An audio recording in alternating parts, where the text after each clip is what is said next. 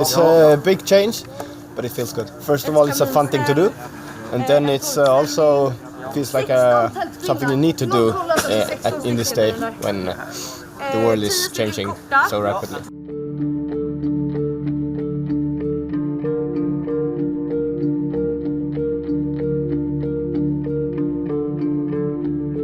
Whoever possesses the island from a military perspective can then affect the air movement and the movement on the Baltic Sea as well.